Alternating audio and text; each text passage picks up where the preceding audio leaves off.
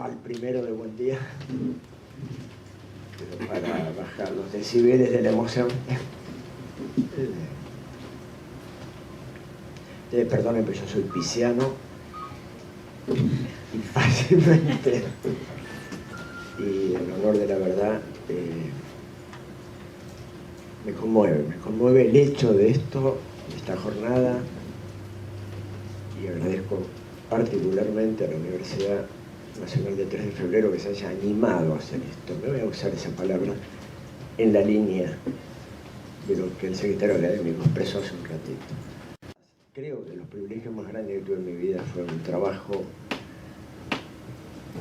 continuo y de mucha discusión con Rodolfo Kusch en los últimos años de su vida. Y voy a empezar contando dos pequeñas anécdotas. Y después vamos a trabajar un poquito.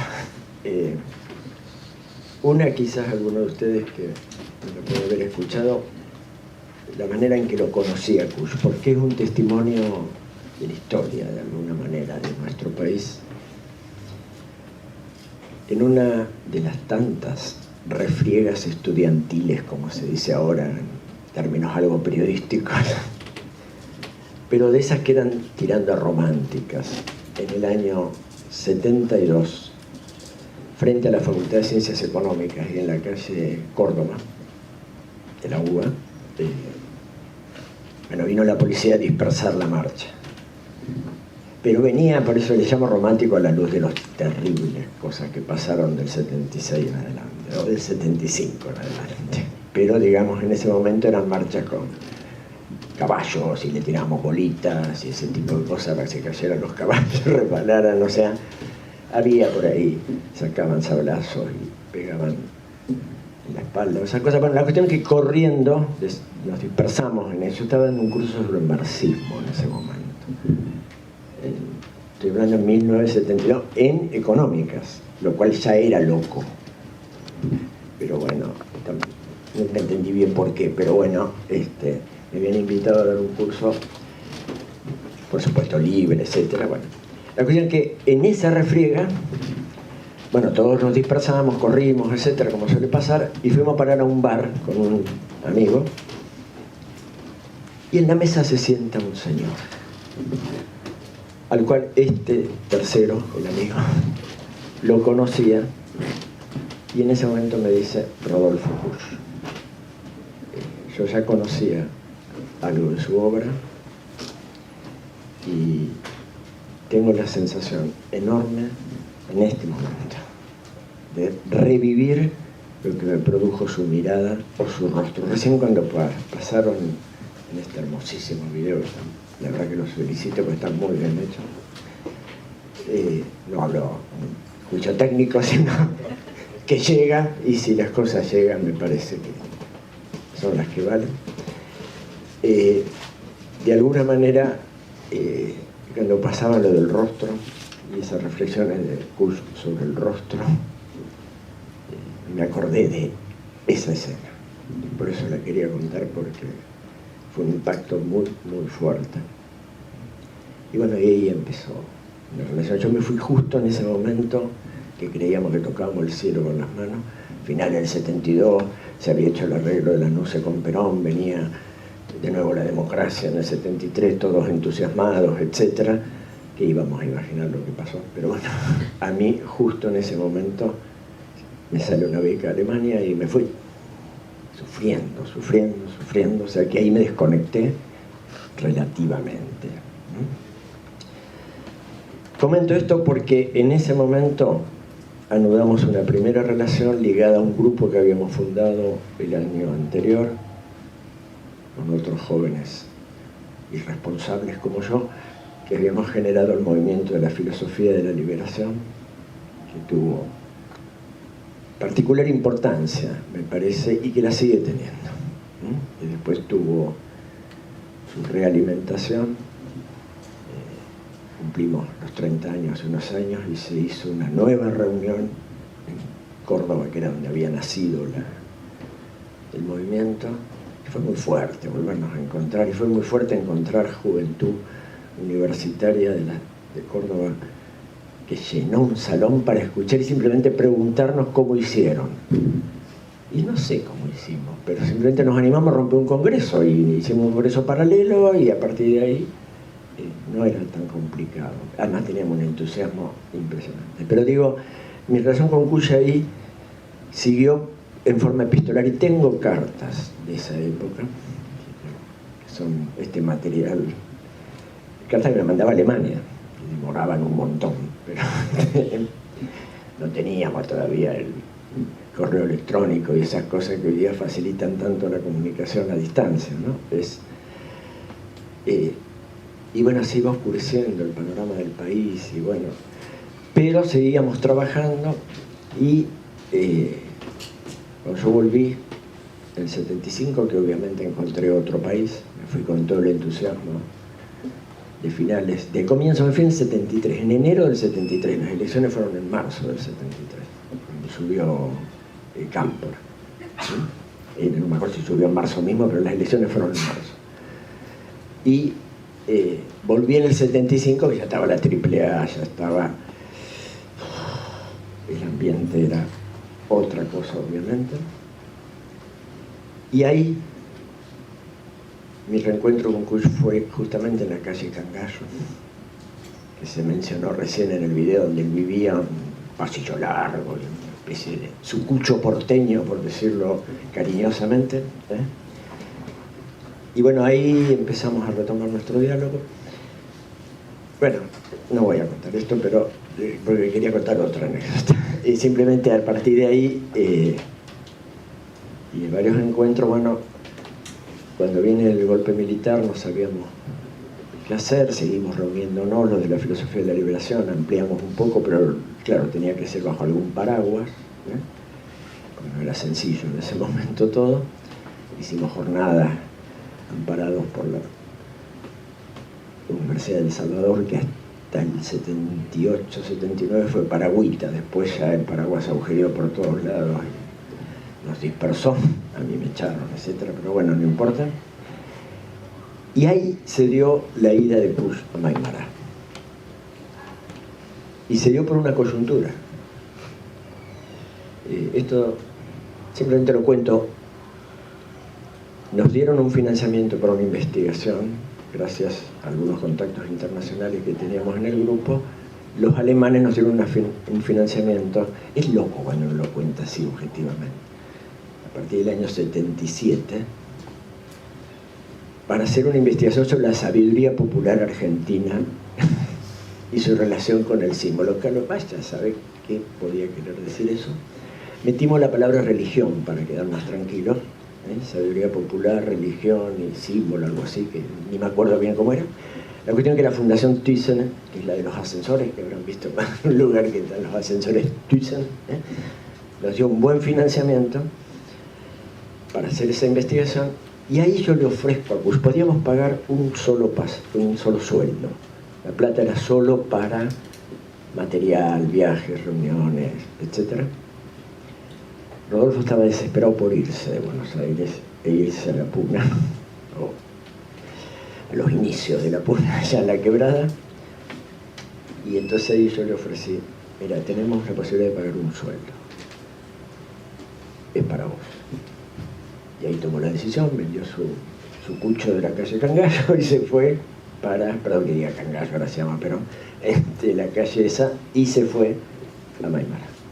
Esto lo cuento porque, bueno, para mí también fue una alegría enorme, porque la cara de ese hombre cuando decide irse a Maimará y se instala allá, tampoco la voy a olvidar fácil. No voy a decir la cara, el rostro, que no es lo mismo.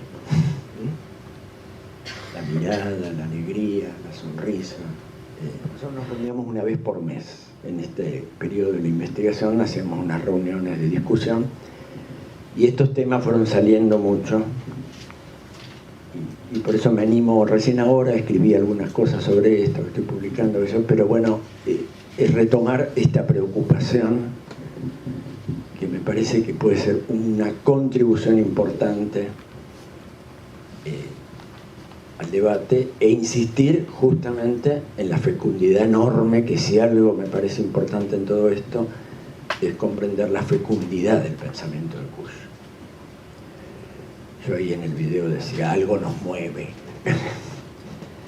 Yo los desafío si no han leído nada de Kusch, pero abren una página de Kusch, la leen y algo se les va a mover, porque es muy difícil quedar indiferente frente a determinadas formas de plantear las cosas que son muy desafiantes, porque en última instancia escarban en lo que tenemos y no nos animamos.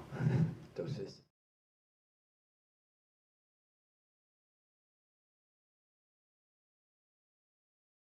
bueno, yo quisiera empezar citándoles un texto en uno de los tantos encuentros. Esto fue una mesa redonda que hicimos, donde el tema era la posibilidad de una, claro, también lenguaje de la época, la posibilidad de una filosofía nacional.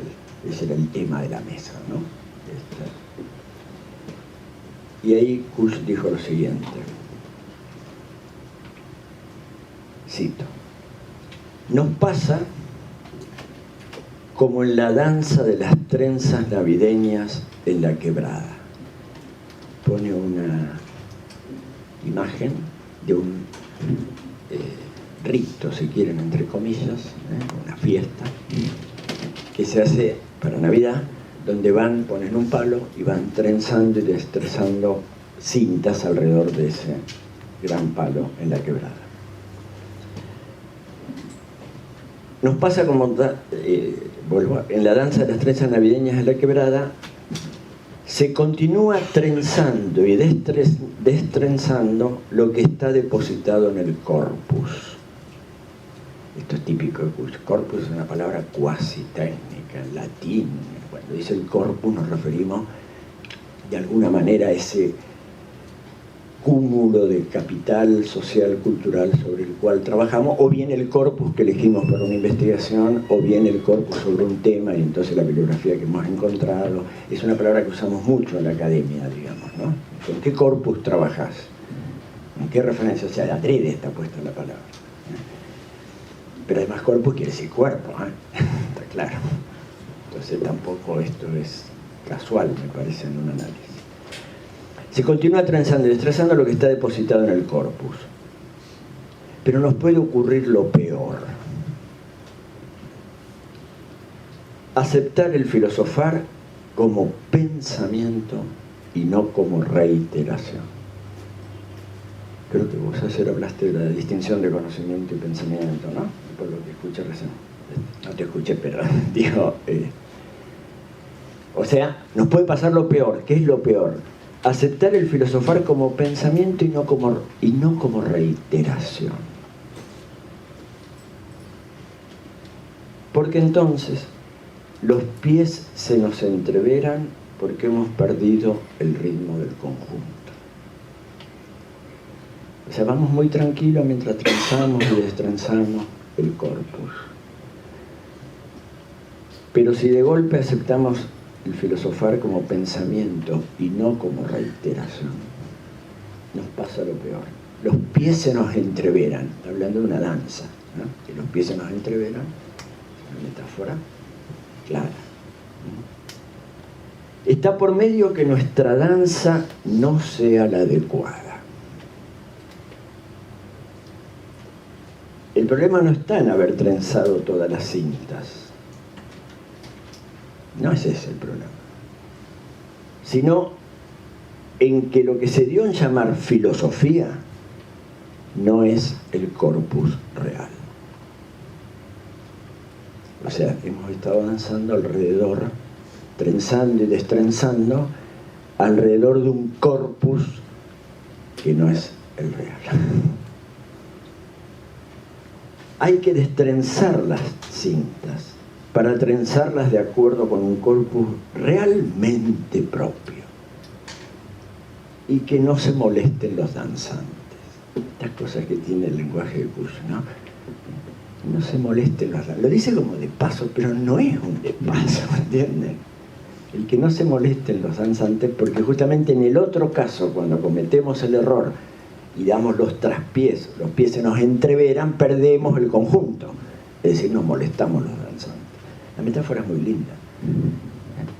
sobre todo le entendemos muy bien los que bailamos muy mal, que siempre esa sensación de que estamos trabando y molestando en vez de, de alguna manera, lograr el ritmo del conjunto. El estado actual de la cuestión se reduce a la danza propia, o sea, a cometer el ridículo de dar pasos inadecuados. La lógica del texto es muy interesante. Se termina diciendo en el fondo, justamente si seguimos trenzando y destrezando, bueno, vamos a estar todo perfecto, pero estamos en una ficción.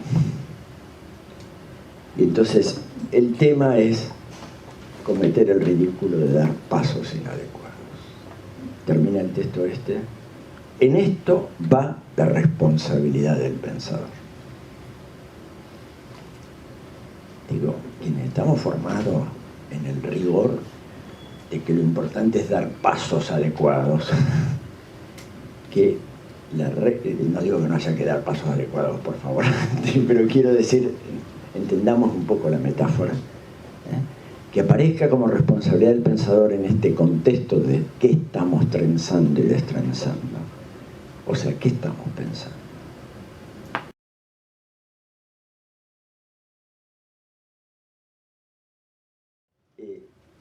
Es la manera en que finalmente él entiende qué es la filosofía.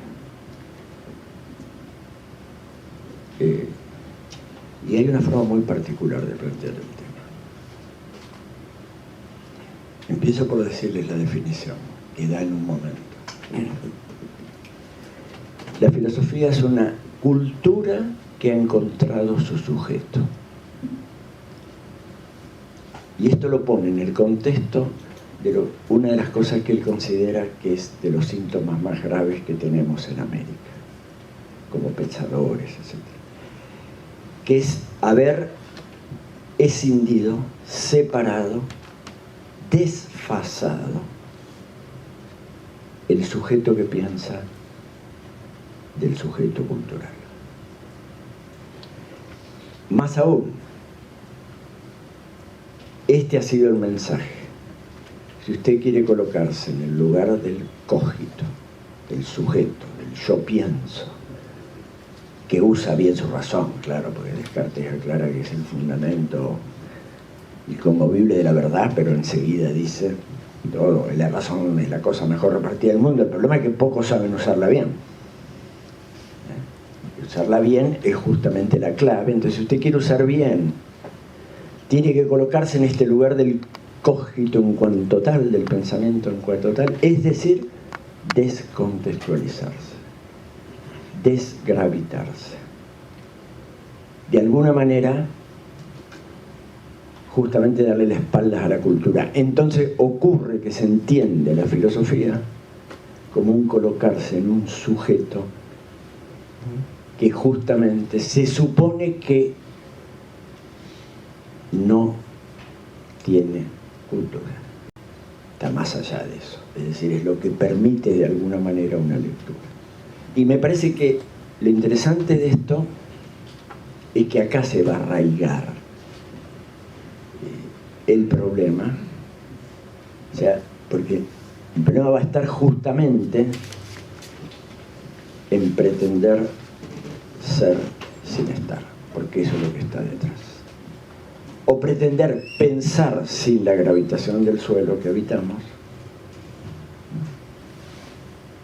es justamente el tema que más le preocupa, me parece, a cuyo de los que más le preocupan en su obra.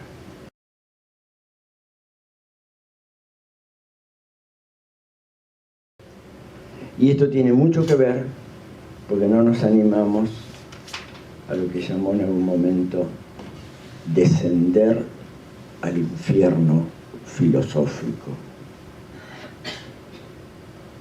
que lo define así, comillas. Ese subsuelo patrio, que es un horizonte negro,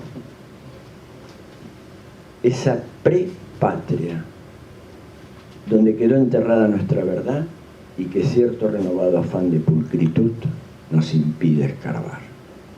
Si ustedes leen América Profunda, esa maravillosa obra que fue un poco la más reconocida, digamos, tuvo un premio literario en su momento de la SADE, etc., ¿no? Empieza con una descripción donde tensiona el hedor y la pulcritud.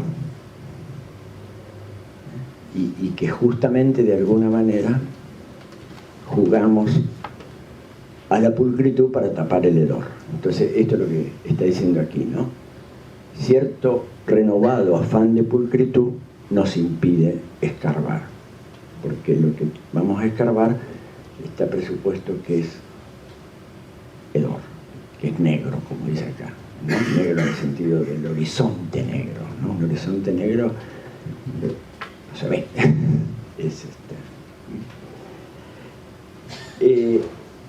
bueno, creo que esto a mí me permite partir, porque yo creo que en última instancia el intento de pensar desde y con y más allá de Kusch tiene que ver mucho en esta tarea que podríamos sintetizarla en una expresión que me gusta usar: América Profunda busca su sujeto.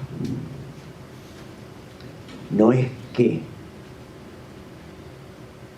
para poder ser sujeto tenemos que darle la espalda a la América Profunda. Esa ha sido, quizás, por lo menos en la hipótesis de Kusch, ha sido en última instancia la estrategia dominadora por un lado, es decir, en última instancia el colonialismo, si quieren el imperialismo, se basa en esta idea, que es precisamente usted quiere entrar a la modernidad, usted quiere entrar, como se dijo en este país hace unos años, quiere entrar al primer mundo, quiere entrar, entonces deje de estar. Sea, pero sin estar. Si usted arrastra el estar, queda pegado a lo que le impide, de alguna manera, constituirse en sujeto. Bueno, creo que esta temática es el contexto básico en el que de alguna manera me gustaría trabajar hoy con ustedes, porque esto pone en juego una serie de cuestiones, pone en juego el miedo, porque Kusch, de alguna manera, su manera de argumentar sobre esto es que tenemos miedo a pensar lo propio.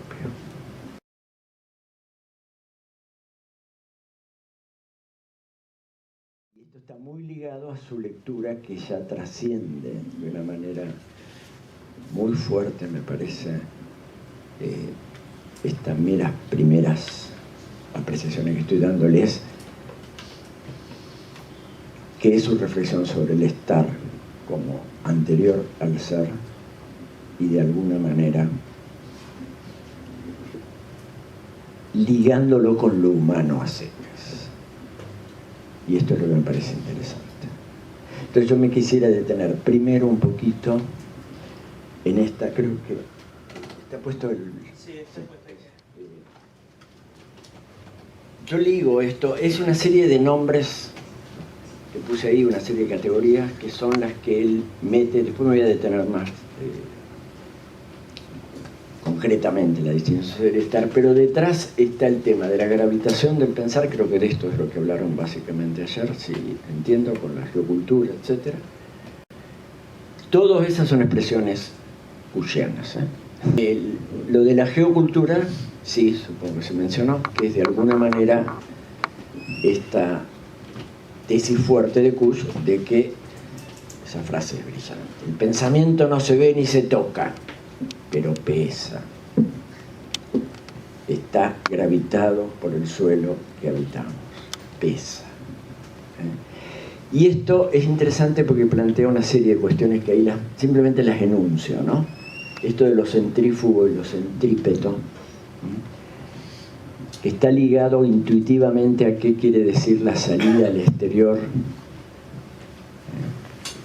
cuando se está, y entonces el estar buscando ser es un movimiento que Kusch lo llama centrífugo, es decir, porque se está en el centro y en realidad se naturalmente se va hacia afuera, como el movimiento centrífugo que nos pone hacia afuera.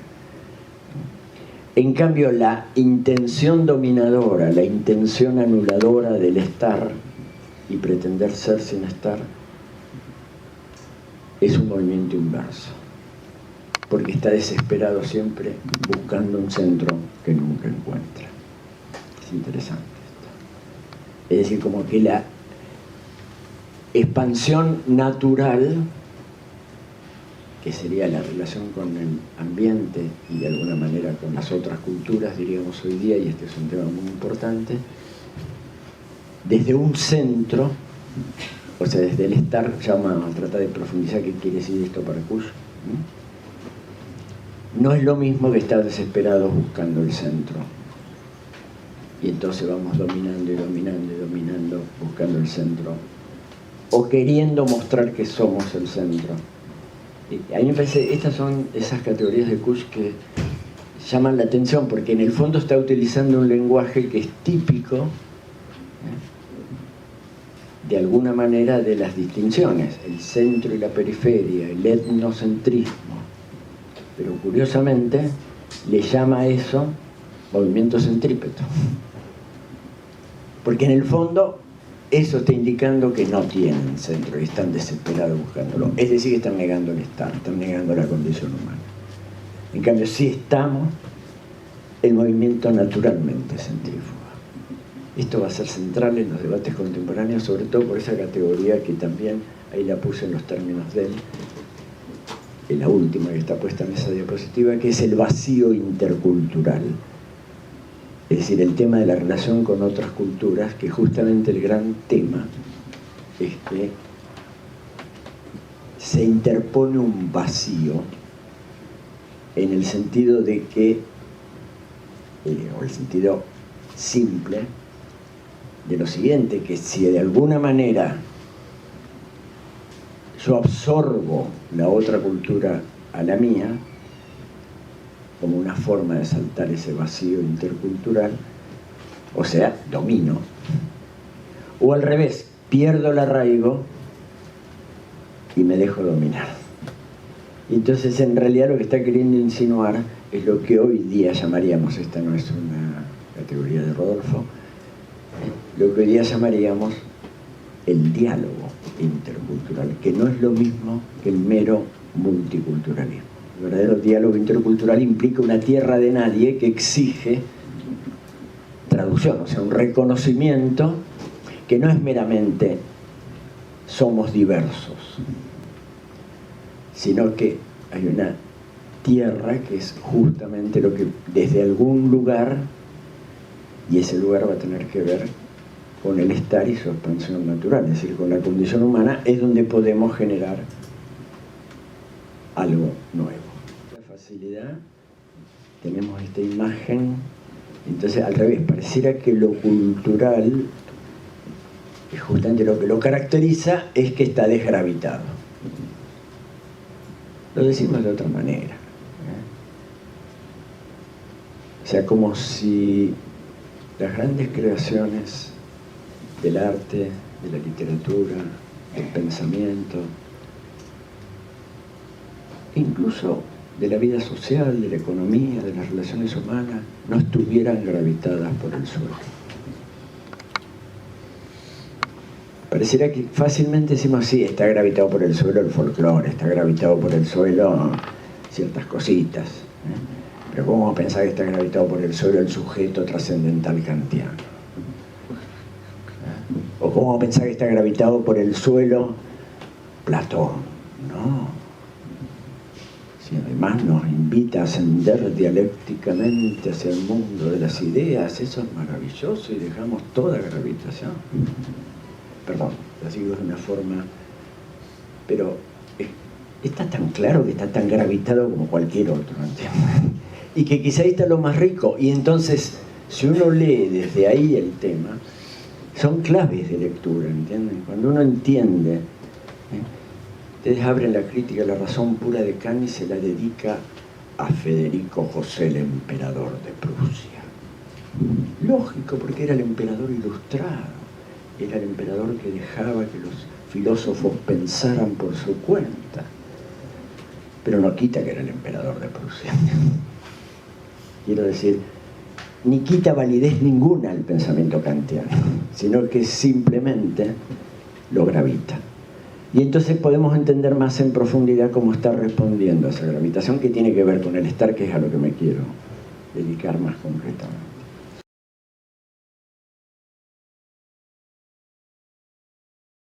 Esto va a tener que ver mucho con lo que ahí les puse, que es otra de las categorías más ricas que yo creo que encontró Kusch, lo que llamó los aciertos fundantes. En esta búsqueda de la cultura que encuentra su sujeto, que en realidad de alguna manera es a partir, y esto es lo que nos vamos a detener ahora, de reconocer que estamos, meramente estamos, y desde ahí intentamos ser, y no pretender ser sin estar. Pero justamente lo que va a definir el camino, y acá está lo quizás más difícil de entender de nuestras estructuras muchas veces mentales, que tienden a defenderse de lo que voy a decir ahora, que justamente el estar por definición tiene que ver con una indigencia, tiene que ver con, Kusch tiene una expresión que le repite en más de un texto, es una indigencia originaria, un hambre, la metáfora es clara, un hambre que va desde el pan hasta la divinidad, que es una forma de decir, de alguna manera, esto es lo que genera la cultura, buscando de alguna manera remediar este hambre. Pero justamente, y acá vienen las dos cosas sobre las cuales quisiera edificar la reflexión, siguiendo, me parece, Néstor Kusch.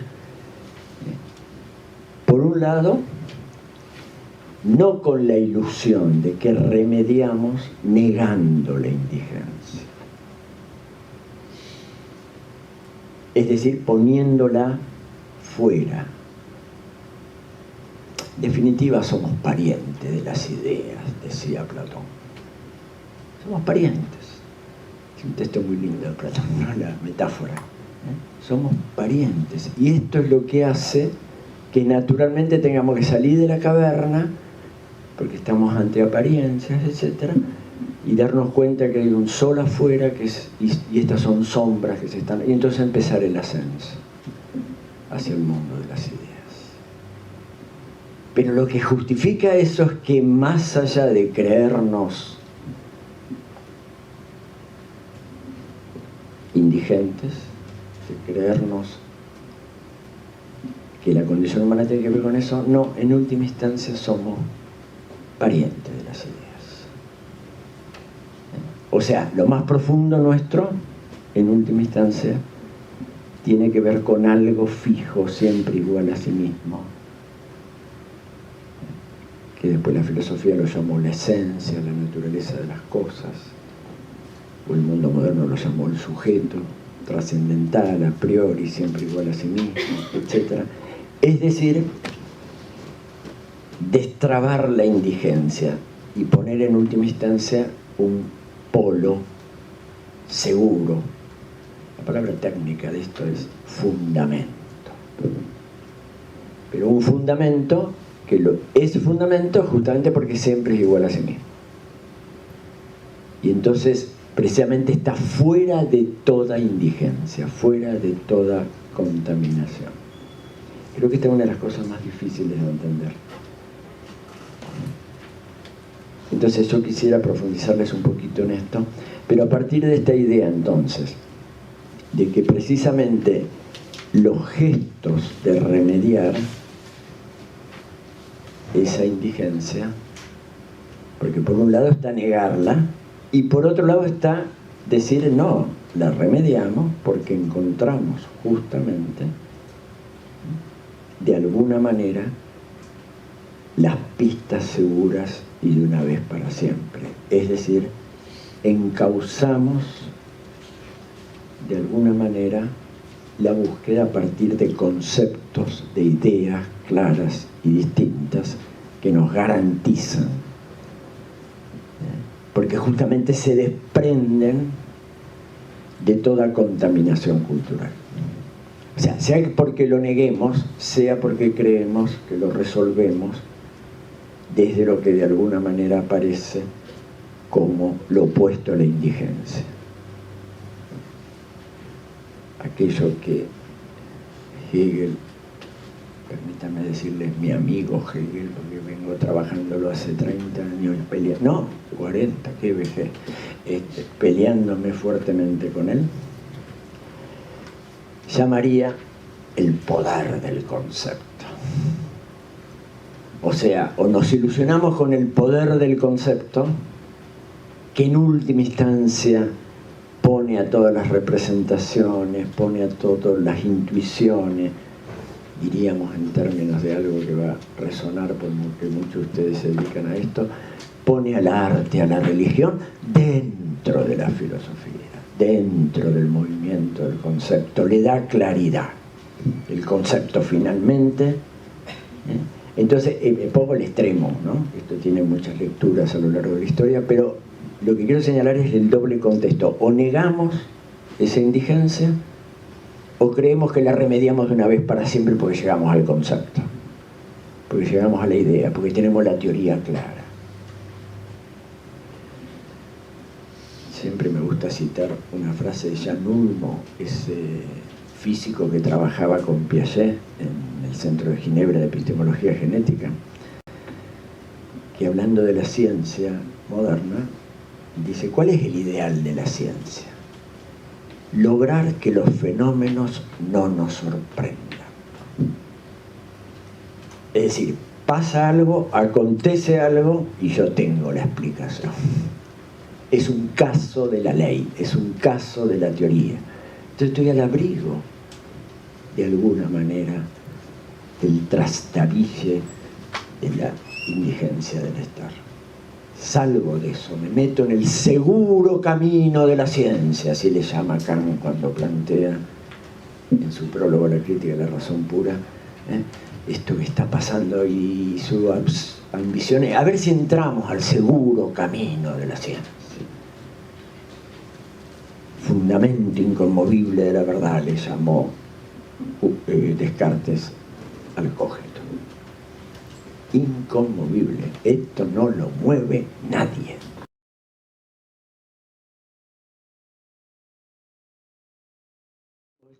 Tensión muy fuerte con esta profunda idea de Rodolfo Kusch, de que en realidad lo que vamos haciendo, y ahí también tiene una imagen muy linda, chapoteando en el barro de lo absoluto. ¿A quién se le puede ocurrir llamar el barro de lo absoluto? ¿Entiendes? Desde nuestra mentalidad, poner esa metáfora.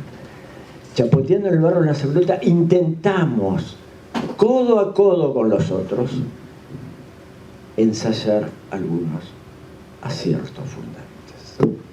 Es decir, símbolos. Es interesante, Kusch al símbolo lo lee más allá de las teorías sobre el símbolo, la semiótica, etcétera, que podemos profundizar y dialogar con todo esto, sin duda.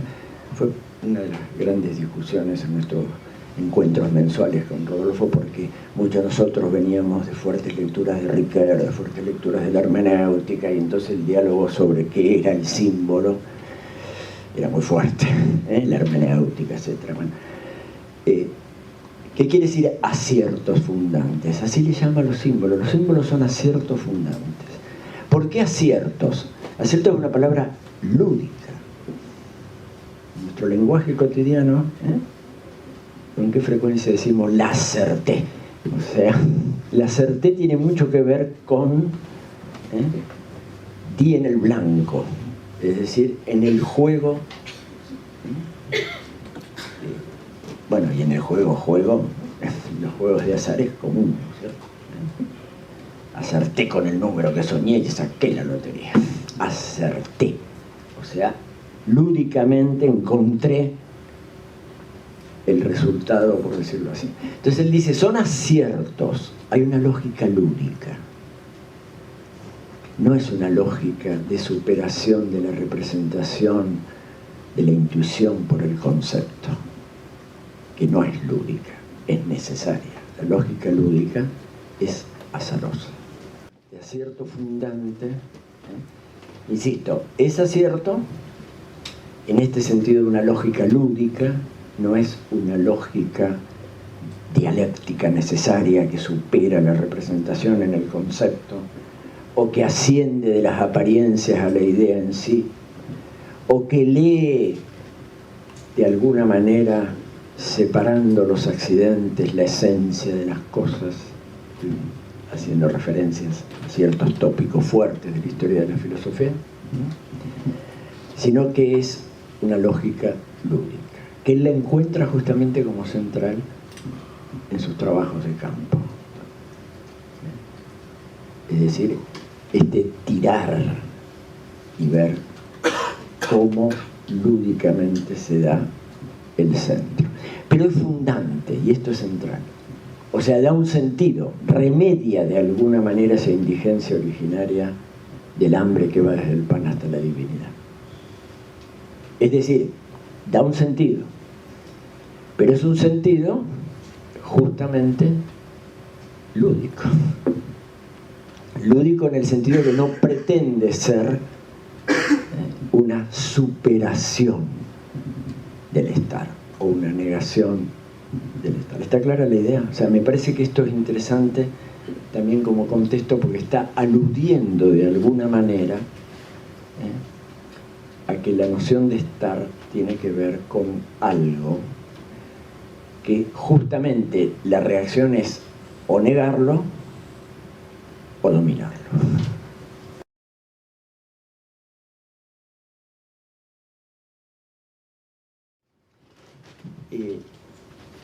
Kuhn va a trabajar fuertemente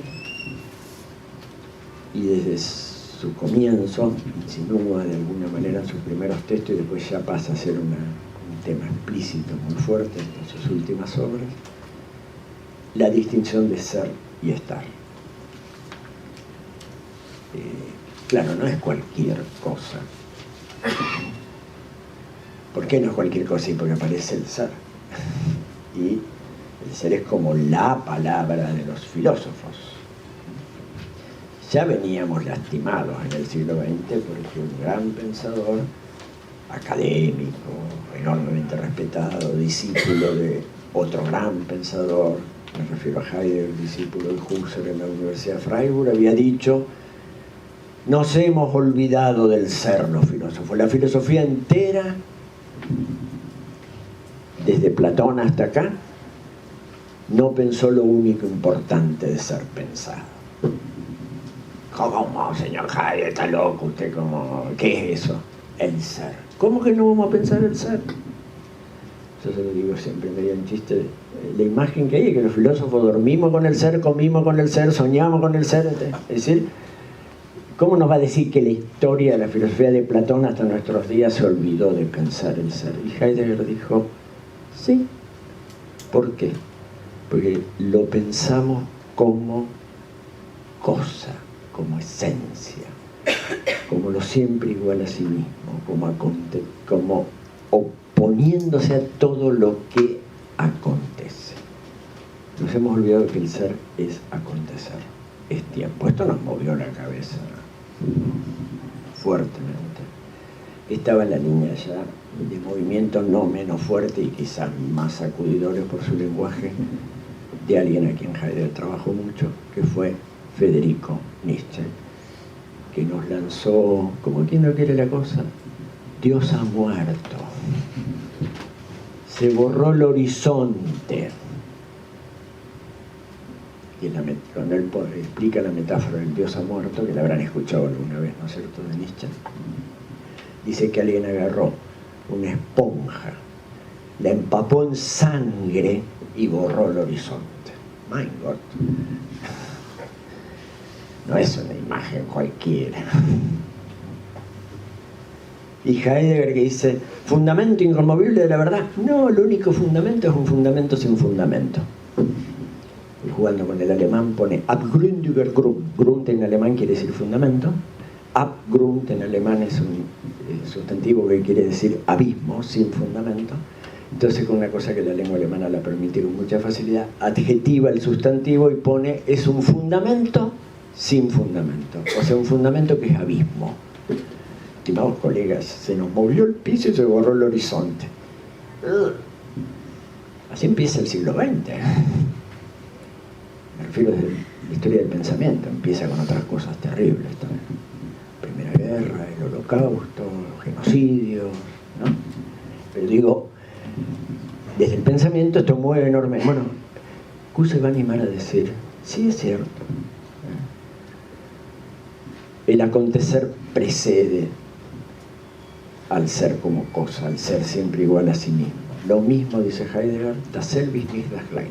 Lo mismo no es lo igual. Ya estamos acostumbrados a estar tranquilos porque lo mismo es siempre igual a sí mismo y entonces nos fundamenta. Tenemos las espaldas aseguradas, ¿entienden? Tenemos esencia de las cosas, tenemos arquetipos ideales, tenemos objetividad porque construimos y usamos bien la razón de un sujeto siempre igual a sí mismo.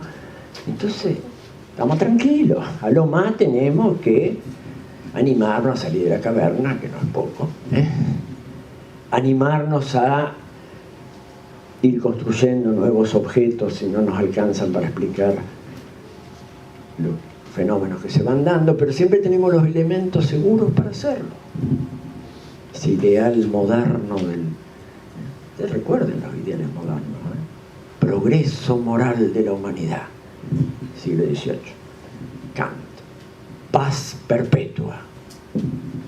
¿Quién de nosotros en el siglo XX puede, suelto de cuerpo, decir que hemos logrado la paz perpetua o que hemos logrado el progreso moral de la humanidad cuando por primera vez en la historia de los hombres el hambre es evitable? Claramente. Y no lo podemos atribuir a que los dioses se enojaron. Por primera vez hay muchas enfermedades que son claramente evitables. No digo todas, pero muchas. Y muchas otras cosas que podríamos decir. Cuando seguimos teniendo índices de analfabetismo. Bueno, no voy a hablar de esto.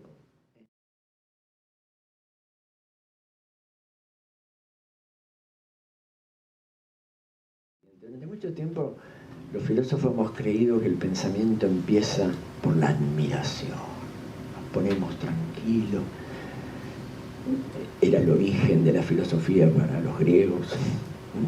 Mirarnos. Y buscar en esa admiración la esencia que está escondida, porque a la naturaleza le encanta esconderse, decía Heráclito. Heráclito, nuestros padres fundadores, es decir, filósofo presocrático. A la naturaleza está ahí, pero le encanta esconderse. Entonces tenemos que jugar a las escondidas y ver de encontrarla. Pero a partir de admirarnos de eso que está ahí. Después, no, nos pasó algo, no. Dudamos de todo. La modernidad de Descartes. Conocen cómo empieza la modernidad. Dudo de todo. Menos de que mientras pienso existo. Porque tiene claro Descartes que lo que duda en el fondo es que el fundamento esté donde decían que estaba, pero jamás dudó de que hubiera un fundamento. Dudó de que estuviera donde decían que estaba, y entonces inventó la antigüedad. No él, me refiero a la antigüedad, es un invento de la modernidad. Porque yo no puedo ser moderno sino poniendo a otro como antiguo. No hay otra forma. Entonces ustedes leen estos pensadores a partir del siglo XV, XVI, y empiezan a decir, no hubo un órgano, nueva manera de entender la lógica de la ciencia. Así se llama un libro de Francis Bacon. Es decir, pensamos distinto que los otros ponían el fundamento acá. Bueno, nosotros con el piso movido y con el horizonte borrado, otra que admiración y duda. Angustia. El origen de la filosofía, si ustedes lo leen en Kierkegaard ya en el siglo XIX, en el mismo Nietzsche, obviamente en Heidegger, es la angustia. No es la admiración serena, ni la duda, casi tosuda hasta que encuentre lo claro y distinto. No, no, es la angustia. Como para no angustiarnos, si se nos movió el piso y se borró el horizonte. Está claro, ¿no es cierto?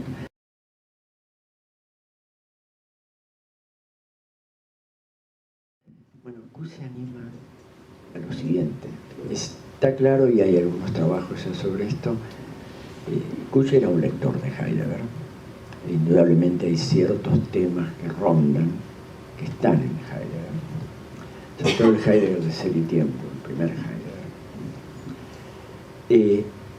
Pero de alguna manera hace una profundísima crítica a Heidegger. Es como que dijera, sí, está bien, a Heidegger, y lo que hoy día tenemos más claro como haber puesto el acontecimiento, el acontecer como anterior al ser como algo dado, cosificado, objetivado. En términos técnicos esto se llamó, que es la expresión de Heidegger, la ontología precede a la metafísica. O sea, antes que contar con un fundamento, simplemente estamos en el mundo. Somos en el mundo, somos para la muerte, etc. Esto es Heidegger. Entonces Kuhn, con agudeza, dice, ¿cuál es el problema? Que hay algo anterior. Está bien, la ontología precede a la metafísica. Pero en realidad hay algo anterior a la ontología. ¿Por qué? La forma en que él lo dice es así. Heidegger cree estar haciendo o habiendo puesto un fundamento pre-ontológico, pero en realidad es el lenguaje que utiliza en Ser y Tiempo Heidegger, como para querer, porque ontología y metafísica eran cuasi sinónimos durante siglos. Después de Heidegger se empezó a distinguir bien esto. Bien es una forma de decirlo, porque en realidad en muchos debates filosóficos estos términos se cruzan. Pero ¿saben qué? Lo que hace Heidegger no es una pre-ontología. En el fondo, lo que hace es una proto-ontología. O sea, lo que hace no es haber profundizó un tema, que es la tensión entre el ser y el tiempo. Así se llama esa obra del 27, que fue la que lo largó de alguna manera Heidegger a la fama, por decirlo así. Después vinieron muchas otras obras. Ser y Tiempo, el pobre Parménides y Platón y Descartes se han haber revuelto en su tumba como loco, que alguien juntara el ser con el tiempo, ¿entienden? Cuando por definición, justamente, el fundamento, el ser, es lo siempre igual a sí mismo, lo inmutable, lo que no cambia, lo necesario, que por eso no fundamenta. Si le meto el tiempo, si le meto el acontecer, por eso el fundamento es sin fundamento, ¿entiendes? Increíble, ¿eh? 25 siglos de filosofía para darnos cuenta que hemos estado escamoteando el tiempo, el acontecer. Hemos jugado a que no estaba. Está, pero lo superamos. Porque es una apariencia, porque es esto, lo hemos tratado de dominar de distintas maneras. Entonces Kuhn, la tesis fuerte que tiene es, ahí no hay una superación. Porque la verdadera superación de un pensamiento del ser, sea como metafísica, sea como ontología, sea como lo siempre igual a sí mismo, sea como lo mismo que no es lo igual, es el estar. Y ahí aprovecha muy a fondo esta distinción tan particular que tiene nuestra lengua entre ser y estar. Y la liga con expresiones que le encuentra en el altiplano en sus investigaciones de campo. En ese prólogo que le hice recién, me acuerdo que yo escribí que Kuhn es un antropólogo furtivo, furtivo en el sentido estricto, o sea que caza en los lugares y en los tiempos prohibidos. Es decir, usa una metodología que ningún antropólogo ortodoxo la va a aceptar, porque él tenía una forma de trabajar con los informantes y su manera de... Además no era antropólogo de profesión, digamos, los estudios de grado de Rodolfo Kusch fueron de filosofía, y trabajó mucho en el arte, trabajó mucho en montones de cosas, y por supuesto que leyó mucha antropología, pero no era un metodólogo antropólogo riguroso, ni mucho menos. Una vez me decía, mire, el informante sabe cuándo empieza a hablar, después de la cuarta copa que se toma. Ahí empieza en serio a hablar. Y uno tiene que tener la habilidad de que él tome 4 y uno tome media, nada más. Porque si no, obviamente... Y claro, entonces siempre hay que tener el vasito un poco lleno, porque obviamente si estoy charlando con alguien, él va a tomar más y me va a servir a mí también más. Digo, estas cosas son reales, ¿entienden? Porque decía que ahí se liberaba un poco las censuras, lo cual es conocido por otro lado, no está diciendo nada raro, pero animarse a poner eso, ¿entienden? Como un informante sobre el cual después trabajar. Y ustedes saben que una de las cosas más interesantes del curso es el paquete de informantes que tiene, con esos grabadores gelosos que trajeron ahí ustedes en el documental, los de cinta que nos parecen de la antigüedad del mono, más o menos, qué sé yo, pero era así como se trabajaba. Volviendo. Entonces, ¿cuál es el tema de fondo? Kusch va a decir, el estar precede al ser. Está bien, el acontecer precede a la ilusión de un ser que conjura el tiempo. Pero si lo seguimos pensando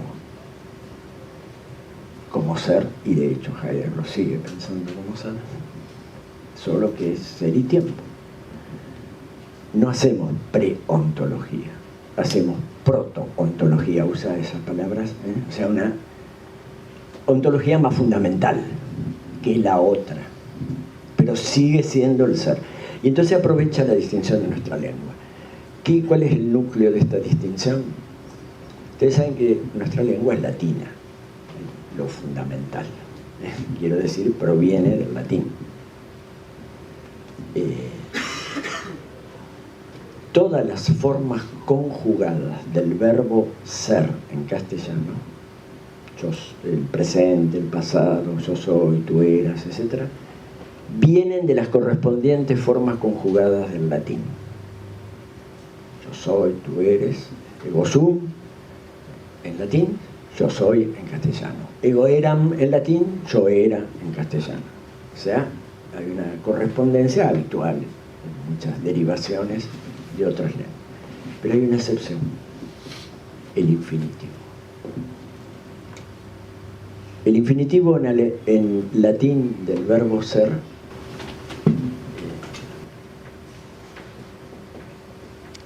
en latín ser se dice ese, el infinitivo.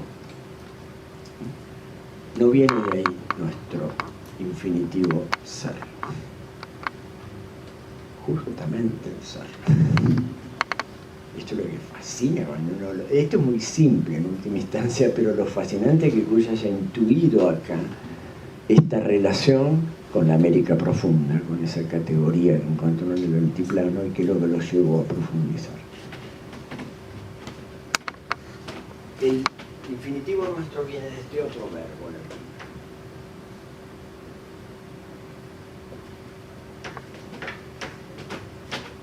cedere. Y ahí, por una cosa conocida en la lingüística,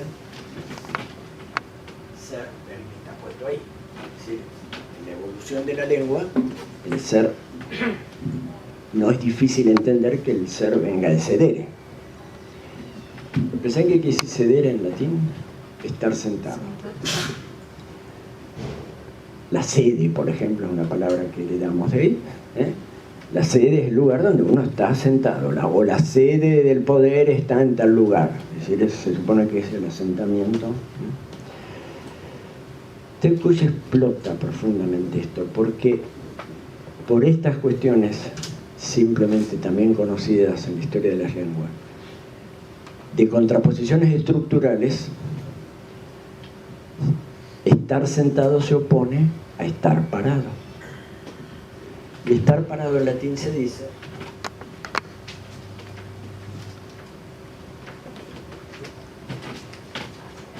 stare, obviamente que de ahí viene estar. Y terminó siendo para nosotros ser y estar. ¿Saben cuál es la prueba más clara de esta? El que quiere aprender nuestra lengua desde otra lengua que no tiene esta distinción, se vuelve loco. Nunca sabe si se dice soy sentado o estoy sentado. Porque busca en su diccionario to be, ser o estar. Être, ser o estar. Sein, ser o estar. Y solo el uso de la lengua le permite darse cuenta que si dice soy sentado, está hablando mal en la comunicación. Es una cruz para el que estudia nuestra lengua, esto de ser y estar. Bueno, esto se los digo muy de paso, pero para intuir, porque acá hay una primera intuición muy importante. La idea de algo en sede, que sería la idea de ser, que Kush lo lee como justamente esta idea de lo estático, de lo siempre igual a sí mismo, de lo que de alguna manera está sentado, pero en el sentido de no lo mueve nadie. El fundamento inconmovible, lo siempre igual a sí mismo, lo necesario, lo que está de alguna manera fijo. En cambio el estar tiene que ver, desde el punto de vista semántico en nuestra lengua, con estar de pie. Y lo curioso es esto: estar de pie es estar preparado para la marcha, de alguna manera tener la contingencia. Es cierto que uno trabaja todo el día y ya vaya, por fin me siento. Es decir, esa sensación de que la sede es lo que me saca de ese tener que... O sea que, de alguna manera, desde el punto de vista semántico, la lectura de la distinción entre ser y estar tiene que ver con que el estar habla, de alguna manera, de lo que... exactamente lo inverso del estar sentado. Es decir, de lo que está preparado para la marcha, para el viaje. En cierto sentido, lo provisorio, en cierto sentido, lo que no sé a dónde me lleva, etc. Y no lo que se instala. ¿Más o menos se entiende? Digo, esta es una alusión de corte semántico. Pero lo interesante es que Kush lo va a aprovechar enormemente, porque va a decir, justamente no es casual que la filosofía haya puesto el fundamento en el ser. Porque lo piensa como una forma, claro, ahora sí ya lo está leyendo desde esta riqueza que da nuestra lengua, como una forma de conjurar el estar. Es decir, contraponiéndolo, en última instancia ignorándolo. Y acá viene el aporte que él encuentra, que se puede lograr para el equilibrio del humano, que es precisamente anudar el estar con el ser y no pretender ser sin estar. Pero lo curioso, insisto, es que él va a privilegiar que el estar precede al ser. Que por un lado es la imagen, por eso quise empezar por esto semántico, ¿no? La imagen es el estar, habla de estar preparado para la marcha, de una cierta contingencia, de una cierta idea de no tener la sede, justamente. Pero por otro lado, su sentido profundo, cuando pues lo empieza a analizar filosóficamente y tomando desde la cultura, sobre todo aymara, la noción correspondiente que le encuentra en la lengua aymara, va a encontrar un sentido del estar que lo va a llevar justamente al tema de la gravitación del suelo, al tema de alguna manera de justamente lo que se opone a la ilusión de que no tenemos arraigo. Digo que es llamativo, porque desde el punto de vista semántico, estar sentado parecía como más adecuado al arraigo, pero quien entiende bien a Kusch, me parece, es esta paradoja de que esta lectura que él la hace, la más semántica, digamos, para contraponer y decir la filosofía optó por lo seguro, por lo siempre igual a sí mismo, por la sede y no se animó a reconocer el estar, a reconocer la indigencia, a reconocer la provisoriedad, el estar para la marcha. O sea, confundió lo que son aciertos fundantes con conceptos claros y distintos, con conceptos que meten dentro de sí todo, despliegan todas las intuiciones y las representaciones. No. Justamente ahí está claro. Pero por otro lado, como una estrategia de desarraigo, porque, y esto me parece central, el estar, de alguna manera, justamente, por un lado, es lo que da el centro, es lo que da, pero lo da como acierto fundante. Digamos, desde ese estar buscamos ese acierto fundante, y entonces ahí está lo lúdico, lo azaroso, que justamente no pretende transformar el estar en ser, sino que de alguna manera eso le va a orientar en sus formas de ser estando. Quiero decirles, para tratar de condensarle lo que estoy diciendo, por un lado, la metáfora habla del estar de pie, semánticamente.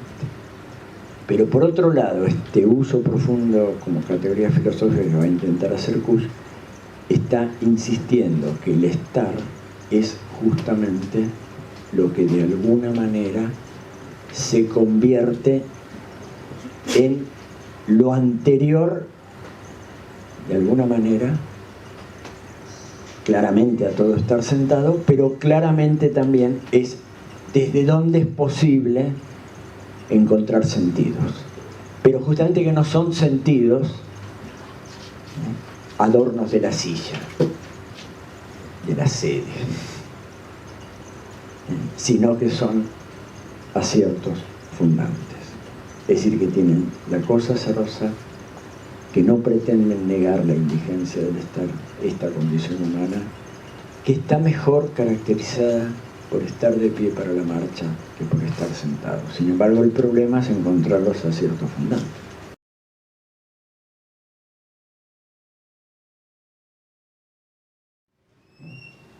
Y entonces, el problema, insisto en repetirlo, es pretender ser sin estar.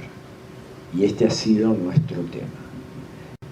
Y ahí quizás empezamos a darnos cuenta de la distancia entre querer ser sin estar, la posibilidad de estar siendo, o sea, ser estando, ¿no? Que es para él la clave, pero la pone como clave no solo para resolver nuestro tema en América, sino como quizás la contribución que podemos dar para pensar el equilibrio de lo humano a secas.